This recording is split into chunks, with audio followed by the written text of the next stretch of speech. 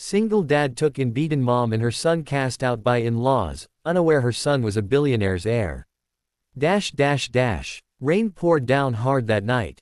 Ryan Carter, a struggling single dad and mechanic, was driving home from his night shift when he saw a woman and a small boy huddled under a bus stop, soaked, trembling, and bruised. He stopped without thinking. Hey, you two need help. The woman hesitated, clutching the boy tighter.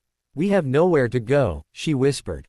Ryan saw the fear in her eyes, not the kind you get from the rain, but from being broken. Without another word, he opened the truck door. Hop in. No one deserves to be out here tonight. At home, his daughter Lily brought them warm towels. The woman introduced herself as Grace, and her son as Ethan, 8 years old, shy and quiet. Over the next few days, Ryan noticed the bruises fading, but Grace's sadness didn't. She told him she'd been thrown out by her husband's wealthy family after he died. They wanted her gone. She and Ethan stood in the way of their inheritance. Ryan didn't ask questions. He gave her his small guest room, helped her find part-time work, and fixed Ethan's bike after school. Soon, laughter filled the little house again, something Ryan hadn't heard since his wife passed away. One evening, while Ryan was teaching Ethan how to change a tire, a black SUV stopped outside. 2 men in suits stepped out, scanning the house. Ryan tensed, thinking they were trouble. But when they approached, they bowed slightly. Mrs. Grace Hamilton, we've been searching for you for months. Ryan looked at Grace in confusion. Her face went pale. The men continued. Your son, Ethan, is the rightful heir to the Hamilton Industries fortune. Mr. Charles Hamilton's will has been unsealed. Ryan's wrench slipped from his hand. Wait, what? Grace burst into tears. The truth came out. Her late husband was the son of one of the richest men in the state. After his death, her cruel in-laws had taken everything and tried to erase her and Ethan from the family records. Ryan stood speechless as limousines lined up outside.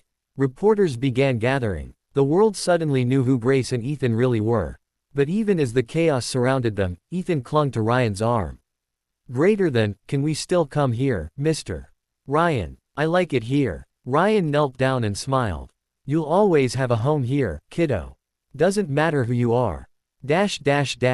Weeks later, Grace returned, this time dressed in elegance, but her smile was the same.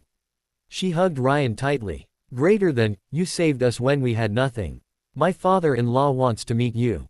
He insists you manage his foundation, said he's never met a man with more honor. Ryan, overwhelmed, looked around his small home, once a place of struggle, now a place of miracles. And when Ethan ran into his arms again, Ryan realized something he'd forgotten long ago. Sometimes the people you rescue, end up rescuing you.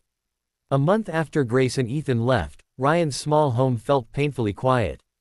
The sound of Ethan's laughter was gone, replaced by the hum of old tools in his garage. He missed them, more than he expected. One morning, a black limousine stopped outside his small mechanic shop. A tall man in a gray suit stepped out.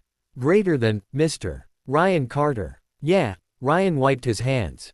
What's this about? The man handed him an envelope sealed with a golden emblem, Hamilton Industries. Inside was an elegant letter.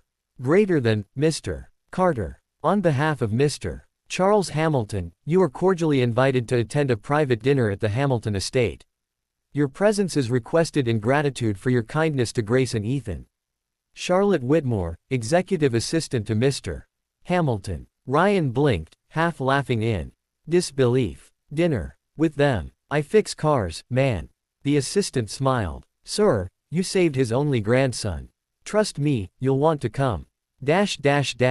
That evening, Ryan arrived at the Hamilton mansion, a vast estate with marble fountains and chandeliers that looked like galaxies.